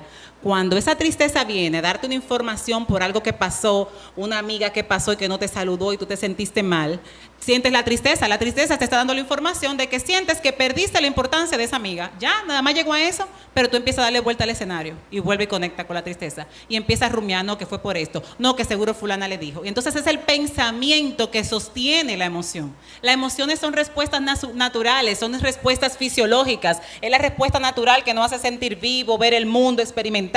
Ahora, como entra a la mente esa emoción y lo que yo hago con mis pensamientos en esa emoción me envuelve. No es lo mismo yo decir, estoy triste por esto. Me siento triste, porque esa tristeza que no se gestiona se convierte en un sentimiento. Ya no es tan intensa, pero es más sostenida en el tiempo. Y si esa tristeza usted no la maneja, ya no es un sentimiento, ya es un estado de depresión. Entonces, si vemos la diferencia, la depresión es un trastorno psicológico y psiquiátrico cuando es mayor, porque se medica cuando es depresión mayor, cuando es depresión leve no. Es duradera porque si no se trata puede durar meses y hasta años. No tiene una causa específica porque, como vimos, es multifactorial, no siempre hay una situación evidente. Puede tener pensamiento suicida o no. El 90% de las personas que se quitan la vida tienen depresión. Pero no toda la persona que se deprime piensa en el suicidio. Eso es bueno tenerlo en cuenta. Y no mejora con el tiempo, necesita terapia. La tristeza, una emoción natural, es temporal, tiene una causa específica, los pensamientos sobre el motivo de la tristeza, pero si usted rumió y le dio vuelta, usted se está envolviendo con ese hilo y después no va a saber salir. Es temporal. Pensamiento sobre el motivo, mejora con el tiempo y no necesita terapia, porque si usted se conoce y usted reconoce que usted está triste, viva su tristeza, vea como una nube que pasó, me está diciendo algo y se fue. Lo mismo con el enojo, porque es lo que sucede más con las violencias, más en los hombres. Los hombres no saben manejar la ira, actúan desde la ira, la mayoría, actúan desde la ira. O sea, actuando desde la ira, cometen cualquier locura y después por eso es que ellos mismos se quitan la vida. En los feminicidios, suicidio, la persona que comete el feminicidio después se quita la vida, porque cuando ya esa emoción llegó, que no se permitió la reflexión y el juicio, como dice el primer versículo, y actuó desde ahí, jamás se va a imaginar lidiar con las consecuencias y también termina quitándose la vida. Los síntomas comunes: humor depresivo, pérdida de interés, fatiga, pérdida de energía, problemas del apetito, lo que ya he venido detallando, baja autoestima. El autoestima no es quererse mucho y usted sentirse bonita y usted estar bien, eso es autoimagen. El autoestima es usted cuidarse. El autoestima es usted reconocer sus límites internos, es usted conocerse y de ese autoconocimiento usted valorar quién es usted a pesar de todo lo que ha vivido. Y en ese reconocerse y valorarse es usted cuidarse a pesar de quien sea. Porque si me voy hasta un precepto bíblico, amarás a Dios sobre todas las cosas y al prójimo. Hay una condicionante para amar al prójimo que muchas veces nos olvidamos más de amarnos a nosotros por amar al prójimo y terminamos desgastados. La siguiente. Estrés y ansiedad. Todo el mundo está estresado, todo el mundo vive estresado, todo el mundo tiene un estrés. Y muchas personas envuelven la ansiedad dentro del estrés porque dicen que todo es estrés. El estrés es a corto plazo y existe un estrés bueno. ¿Sabían eso? EU3 se llama. Y es ese estrés positivo cuando te piden algo o hay una demanda que te motiva, que te ilusiona, que te activa en el cuerpo neurofisiológicamente para llevar a cabo la tarea. Ese estrés es positivo. Y entonces está el distrés, que es que cuando me dicen la tarea y me hacen la invitación, yo me abrumo. Quisiera que siguiera lloviendo para que no se diera la actividad de hoy. Porque entonces el estrés es la misma tarea. O sea, a dos personas le pueden poner la misma tarea y una persona va a sentir que esa tarea sobrepasa y la otra persona se va a motivar para dar lo mejor de sí. Y esta una maneja el EU3 y otra maneja el distrés, para que vean lo individual del ser humano. Entonces la ansiedad puede permanecer, el estrés es en respuesta a una amenaza reconocida, pero no me gustaría decir amenaza, eso yo lo busqué en Google para hacerlo más gráfico, sino a una demanda. El estrés es demanda, el estrés es presión, es como cuando se te pide algo, eso es un estresor. Ahora, como tú lo enfrentas, puede ser positivo o puede ser negativo. E incluso cualquiera de los dos, el positivo o el negativo, si usted no descansa y lo gestiona de forma saludable, se va a convertir en ansiedad. Es posible que no tenga un desencadenante la ansiedad, el estrés sí, la causa y el origen, y tienen síntomas comunes, un ritmo cardíaco acelerado, así estaba yo antes de pararme aquí. Se los reconozco, respiración rápida, diarrea, constipación, lo comparte tanto la ansiedad como el estrés. Ahora bien, el estrés se puede tornar irritable, soledad, sensación de mareo, un poco de náusea, una infelicidad como que general, porque si usted vive estresado con ese estrés que acabo de decir que es el negativo, usted no va a disfrutar las cosas. Y en la ansiedad, tensión, sudoración, los músculos tensos, la mandíbula apretada, sensación de intranquilidad, de temor. Doctora, yo tengo una angustia, como que yo siento que algo malo va a pasar, pero yo no sé qué es. Eso viene siendo ya la ansiedad. Los síntomas físicos, que son muy comunes y se confunden con muchas cosas: inestabilidad, insomnio, la taquicardia, palpitaciones, dolores musculares. ¿Por qué? Porque un cuerpo que se mantiene en ansiedad mantiene el cuerpo rígido, duro. A veces uno se da cuenta que hasta durmiendo o que le duele el cuerpo y al tocarse le duele el pecho o los brazos, pero es porque ese cuerpo está todo el tiempo rígido. Y un músculo que se mantiene todo el tiempo rígido libera algo que se llama ácido láctico, que hace que el cuerpo duele. Es como cuando usted va al gimnasio. Es como que ahí por ahí anda una imagen que es muy graciosa y dice que wow, tú sí estás dura, sí, gracias al estrés, porque no es el gimnasio. Entonces en ese músculo rígido y tenso es estrés, sistemas gastrointestinales. La hormona más asociada a la ansiedad, a la depresión y a todo esto que estamos hablando es la serotonina. ¿Ustedes saben dónde hay más serotonina que en el cerebro? En los intestinos. En el sistema gastrointestinal posee más serotonina que el cerebro. Y el otro órgano, aparte del cerebro y de los intestinos, que posee serotonina, la piel. Esas alergias, estas situaciones dermatológicas que no tienen una razón y que voy a dermatólogo y que no se mejora, busque que está en la ansiedad. Presión en el pecho, esa sensación de apretón, como que tengo que respirar un poco más, dolor de cabeza, sensación de falta de aire, dificultad para concentrarse, impaciencia, sensación de fracaso. Todos esos síntomas son de ansiedad. Y vuelvo y repito, es importante que tenga claro que no sea secundario a enfermedades médicas. Primero descarte lo médico. ¿Para qué? Porque si nos quedamos aquí casi todos saldríamos con un diagnóstico hoy. Ahora, lo importante es que si usted va al médico y de repente ese cansancio, esa ansiedad es por hipertiroidismo, usted manejó su hipertiroidismo y listo. Pero siempre descarte lo médico. Ahora, usted descartó lo médico, vaya a terapia. El trastorno bipolar es un trastorno muy frecuente. Más de 40 millones de personas lo padecen en el mundo y es muy particular porque es ese estado en el que el ser humano que lo padece tiene la capacidad a irse a los dos extremos, pero por periodos prolongados en cada extremo. Eso de decirle bipolar a cualquiera porque se irrita fácil, vamos a cambiarlo hoy. Cuando usted tiene un episodio de pensamiento acelerado, hablar rápido, sensación de ser más grande que los demás, de que siempre interrumpe, de que usted es el mejor, de que tiene idea de que los demás lo envidian y tiene una euforia y empieza a vestirse de colores y se desinhibe y empieza a salir mucho y a caminar mucho, y ese estado usted lo permanece por más de una semana, es un estado de manía, que es el polo extremo del trastorno bipolar. Pero ¿qué pasa cuando pasa esa manía? Si no se trata, baja a la depresión.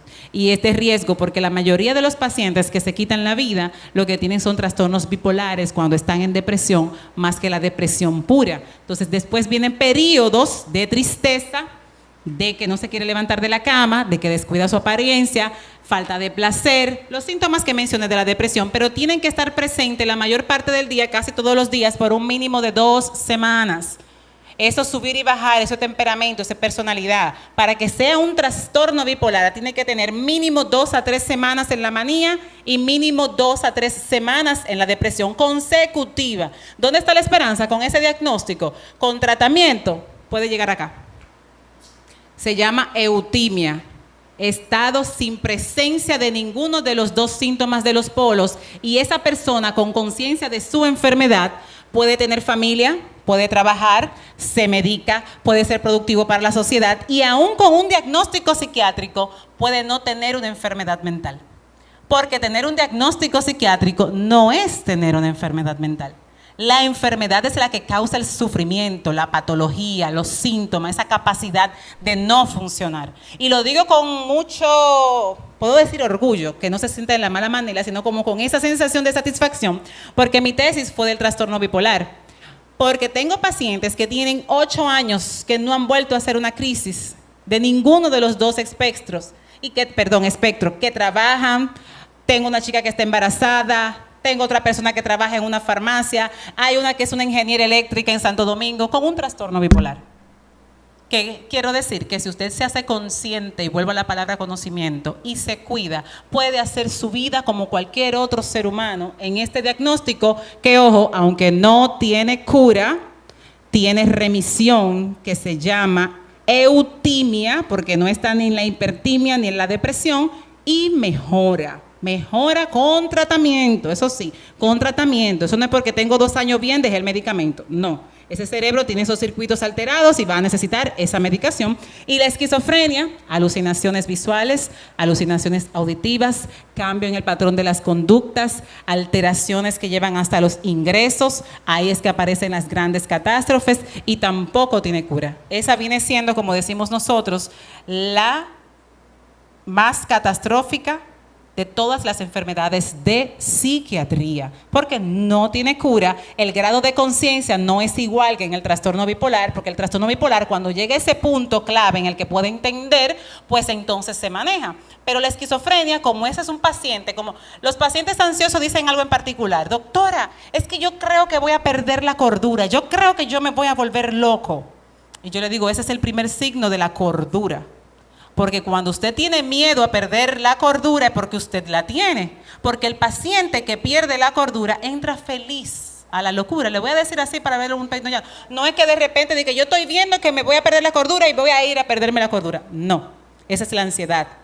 Ese temor a perder la cordura, a perder el control, eso es ansiedad. Ahora, cuando usted empieza a alucinar, a ver cosas, a quedarse callado y a entrar, ese sí es el paciente que tiene la esquizofrenia, que no tiene cura y que sí tiene buen tratamiento, mejora dentro de su cuadro y con que el paciente no se torne agresivo, come, duerme, se bañe y dentro de su entorno pueda medio funcionar, lo logramos. Pero de ahí no podemos sacar más nada, lamentablemente. Seguimos.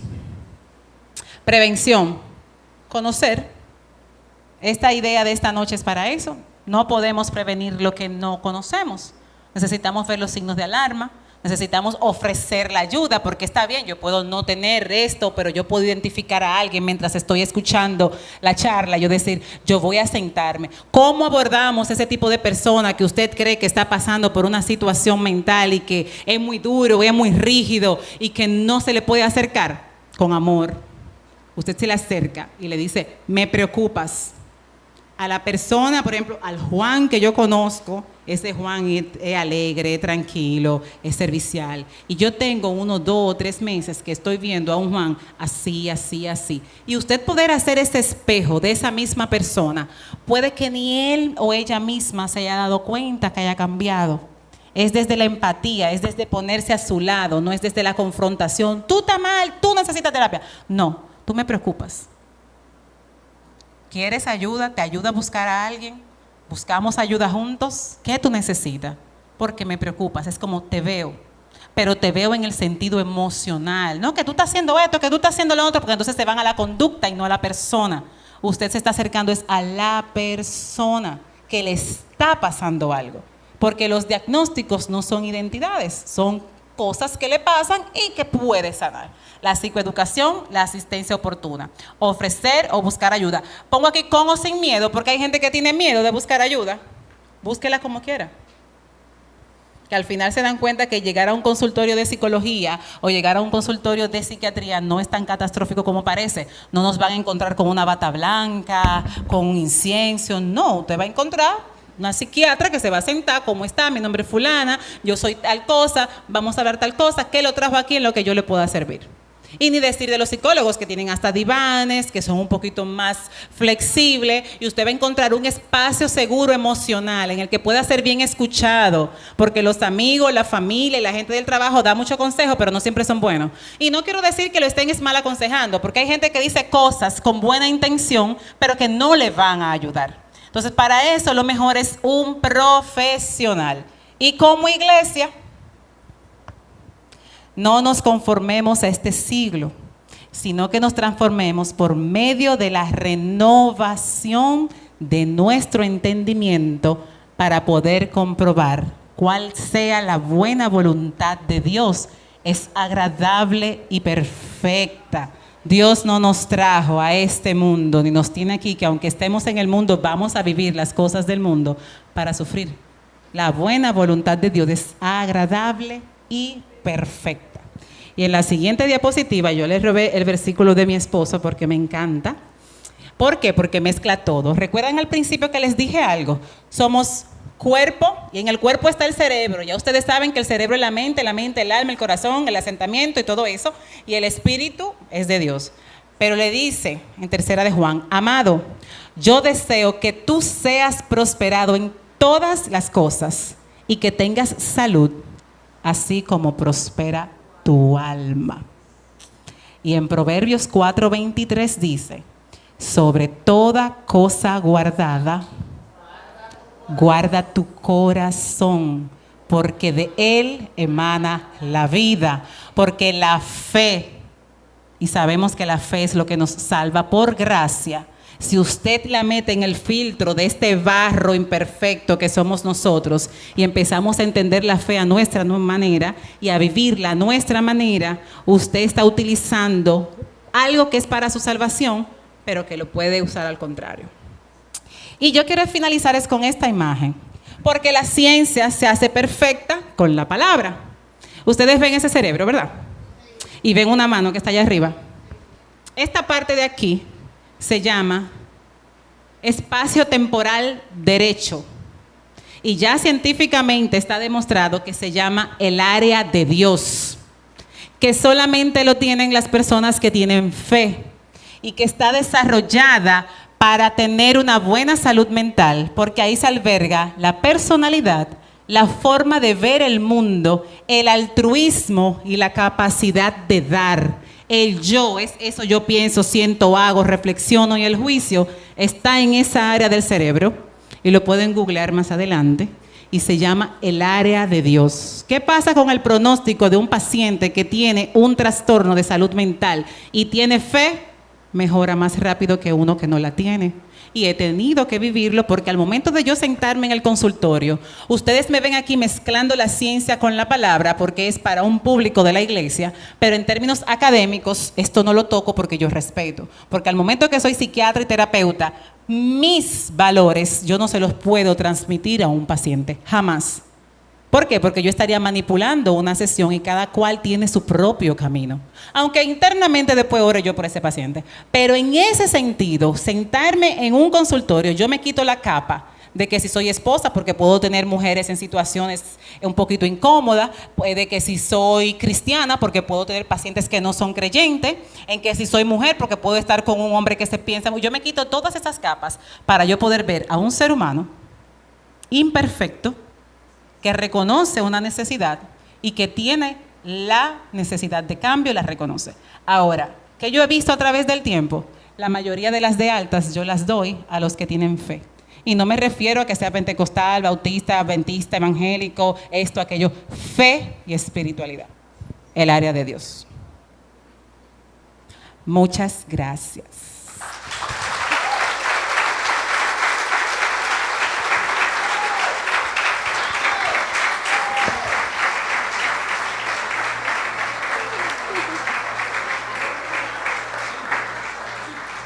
Queremos agradecer de manera especial a la doctora Yasuri. Qué exponencia tan magistral hemos recibido en esta noche. Hemos sido edificados, hemos aprendido de verdad, de corazón. Doctora, muchas gracias. Queremos dar espacio a 5 preguntas, 5 o 6, ¿verdad? 5 o 6 preguntas. Vamos a permitir... 25, relajándonos, dicen por aquí. Queremos que las personas que estén interesadas en hacer una pregunta a la doctora, este es el momento. Pueden levantar la mano y hacer su pregunta. La primera pregunta. Yo escuché, o sea, escuchándola hablar, yo estoy asustada, porque como que todito tenemos algo. Pudiera ser, Francia, porque lo que sucede es que como en nuestra cultura no nos acostumbraron a saber de salud mental, que se tiene que dar hasta en las escuelas, se tiene que dar en las universidades, se tiene que dar como matemática, como lengua española. Lamentablemente, no sabemos de salud mental. Y como no sabemos, ¿vieron cuál es la pauta de la prevención? Saber. Entonces puede que sí. Yo quiero preguntar algo. A veces, dentro del mundo cristiano, no quiero decirle religioso, cristiano, yo creo que Jesucristo sana. Y así como me puede sanar de un cáncer, Dios me guarde, pero ya me ha sanado en otras ocasiones, me puede sanar de una situación. Ahora, sé que los medicamentos psiquiátricos no deben ser retirados de manera brusca.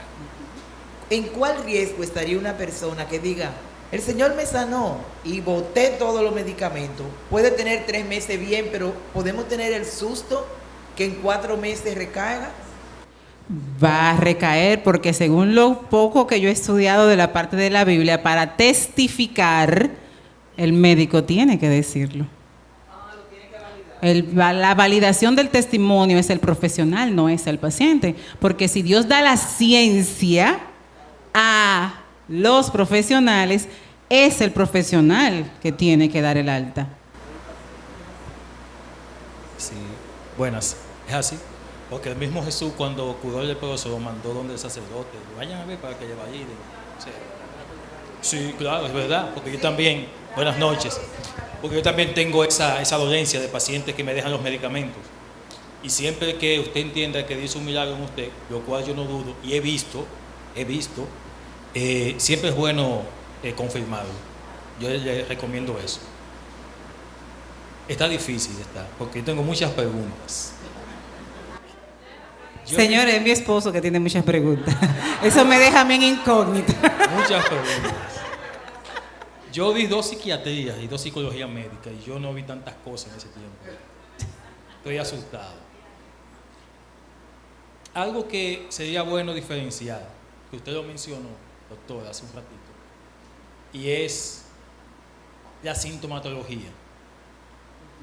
Pero yo no solamente me voy a basar en grupo de edad, en niños y en adultos, sino también me gustaría saber si hay diferencia en las clases sociales. Porque a lo mejor ese paciente que fue a su consulta, que dijo que iba a comprar un avión y iba a California, no es lo mismo que una persona que vive aquí en cualquier barrio de esto, que diga, yo me quiero comprar un avión y quiero ir a California. Entonces, como que lo mismo, dependiendo de dónde se diga, ¿verdad? Puede tener algún tipo de... No sé, que nos dan luces. Qué difícil me la pusiste. No, porque estaba pensando... Eran 25 preguntas, pero hacer 2. No, pero con esas 2 podemos. ¡Wow! ¡Qué pregunta! Es interesante, porque en realidad sí, no es lo mismo que un paciente de... bueno, voy a mencionar barrio para poder decirlo, de Barrio Blanco, vaya a mi consultorio y me diga que se compró un avión y que se fue para California porque ese es un paciente que está delirando, a que sea un paciente dueño de una torre en Naco donde yo trabajo presencial que me diga lo mismo. Entonces, la patología va a ser congruente con el estado sociocultural del paciente y particularmente algo. Señores, en el hospital, que yo estoy en el hospital de Atomayor, advertencia, no pueden ir si son de San Pedro, porque ya hay una orden, porque estaba una avalancha de pacientes para allá. Si el paciente va a los pacientes que tengo en el hospital, no son los mismos diagnósticos que tengo aquí en la Gustavo Mejía Ricard. Jamás. Aquí tengo estrés postraumático, ansiedad y depresión. Porque yo entiendo es que al pobre, lo tengo que decir, como dije de las clases sociales, no le da tiempo a deprimirse y no se da cuenta. Tiene que levantarse, criar muchachos, trabajar, producir. No va a experimentar eso. ¿Cuándo sucede? Cuando hacen ataques de pánico, esa sensación de que me voy a morir, los trastornos de consumo de sustancia porque se tornan psicóticos, los trastornos bipolares cuando llegan a esa agresividad que tienen hasta que llevarlos atado, y en la esquizofrenia con las alucinaciones y las conductas de riesgo cuando le hacen daño a otro o se hacen daño a sí mismo. Entonces sí es cierto, la sintomatología puede variar de acuerdo a la parte del nivel socioeconómico, aunque el diagnóstico sea frecuente, no se manifiestan igual. Y la otra pregunta, muy bien también expuesta, los niños se deprimen, los adolescentes se deprimen, los ancianos se deprimen, pero ¿qué pasa con este tipo de depresión? No se presenta igual. El niño y el adolescente se va a tornar el típico aburrido, el aislado que no quiere hablar con nadie, el que se torna malcriado, que no respeta ninguna autoridad, pero hay un síntoma importante, baja calificaciones, cuando usted sabe que su hijo o es promedio o es bueno. Si usted identifica a un niño con bajas calificaciones, que quiere quedarse mucho tiempo encerrado o dormir mucho, porque puede dormir mucho, empieza a comportarse mal, no le diga malcriado.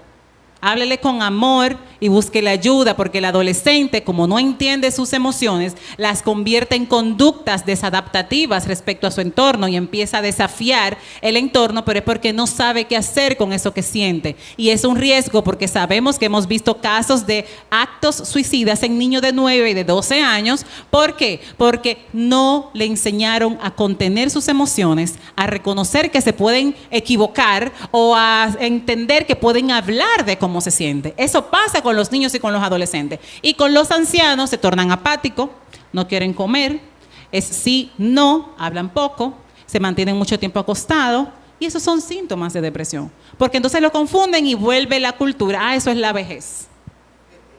Y ahí empieza, porque entonces una depresión y una ansiedad que no se maneja de forma correcta se están convirtiendo en los principales factores de riesgo para el Alzheimer. O sea que no estamos hablando solamente de salud mental en psiquiatría, estamos hablando de neurología, solamente por no manejar esa parte bioquímica cerebral. Entonces sí se puede cambiar y sí se puede prevenir. Buenas noches y bendiciones a todos. Doctora, le felicito.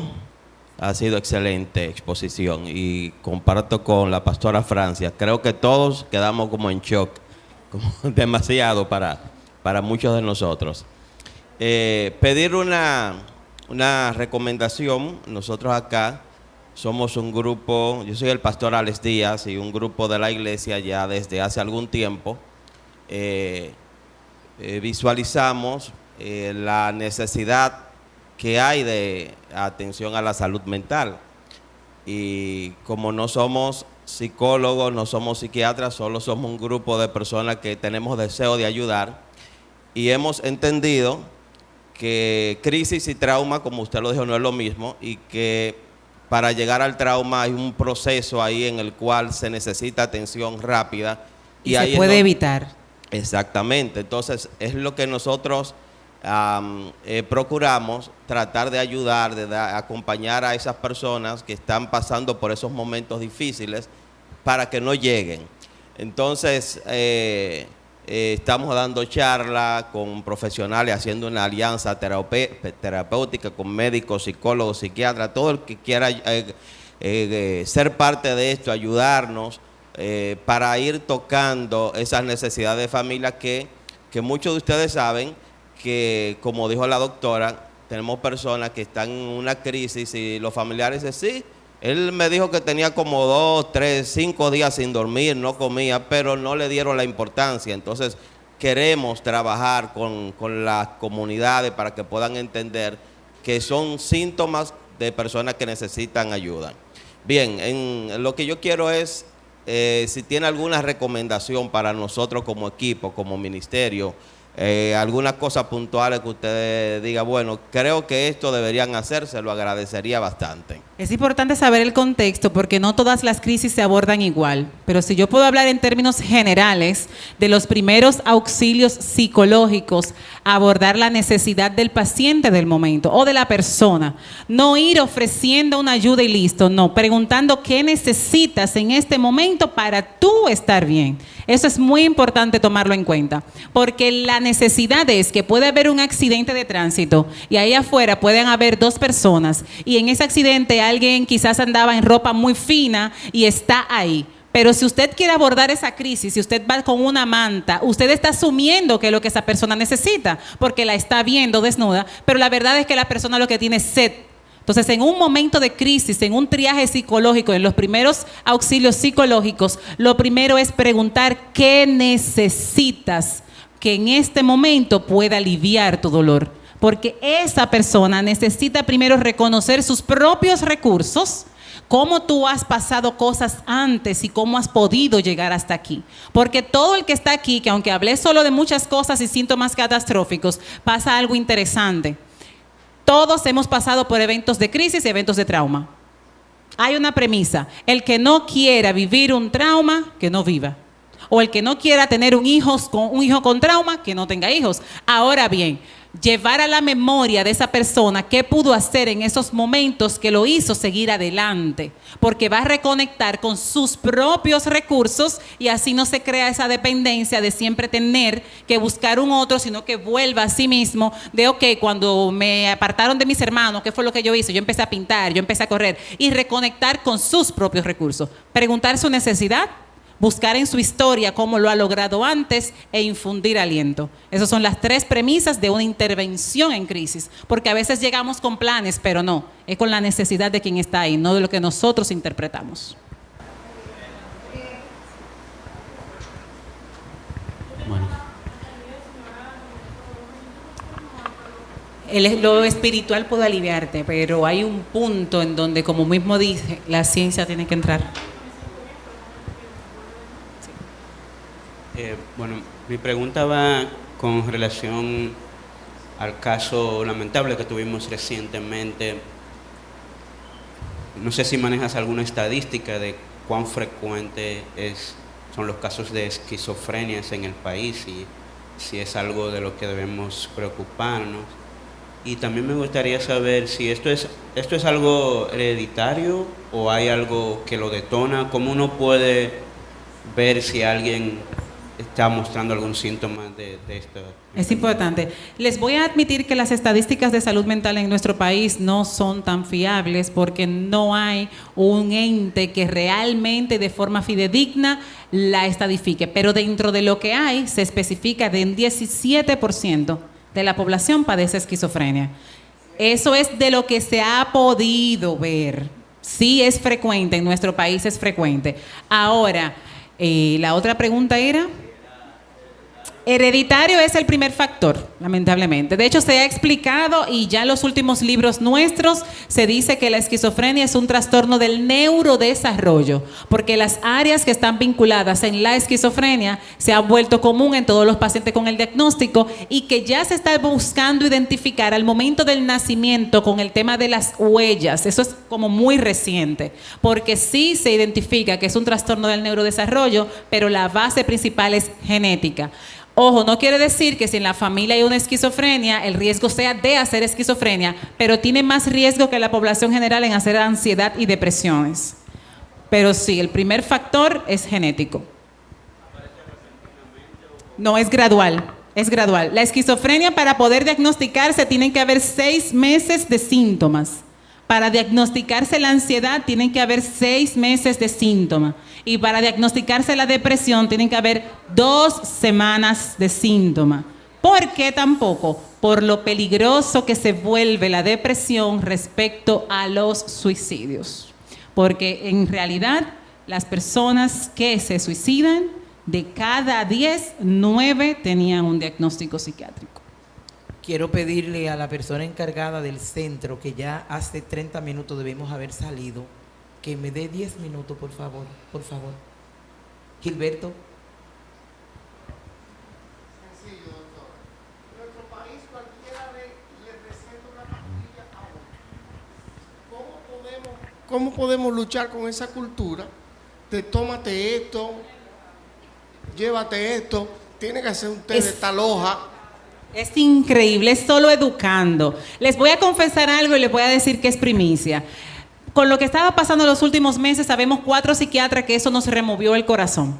Porque es que no conocen. Les puedo decir qué me pasó hoy. Yo tengo una paciente de 52 años con un diagnóstico de cáncer, pero posterior al cáncer hubo que hacer una cirugía y tiene una colostomía. Eso la deprimió mucho porque es una paciente muy activa.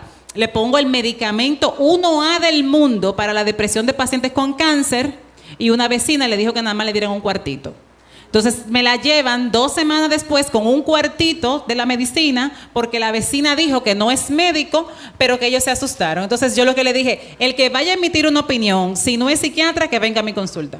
Porque es que no, y lo delicado es que lo creen, que empiezan a creer esas cosas. Entonces lo que le quiero decir es que habemos un grupo que lo estamos conformando primero ya de forma administrativa. Nos vamos a ir el último sábado de cada mes, Dios mediante, al país entero a hablar de salud mental. Y eso es sin fines políticos, sin fines de lucro, sin costo alguno, sin nada, porque solamente comunicando y educando de que hay psiquiatría gratis en todos los pueblos, de que hay psicología gratis en todos los pueblos, no lo saben y no buscan la ayuda. Porque ¿qué podemos hacer con eso? Nada. Yo tengo pacientes que compran su tratamiento sin receta, que van a la farmacia y piden, dame una tal, no voy a mencionar nombre aquí, y se la venden. Y cuando yo le quiero actualizar, no, pero me la venden sin receta, porque es un tema ya sociocultural que es imposible. Muchas gracias. Un aplauso, señores.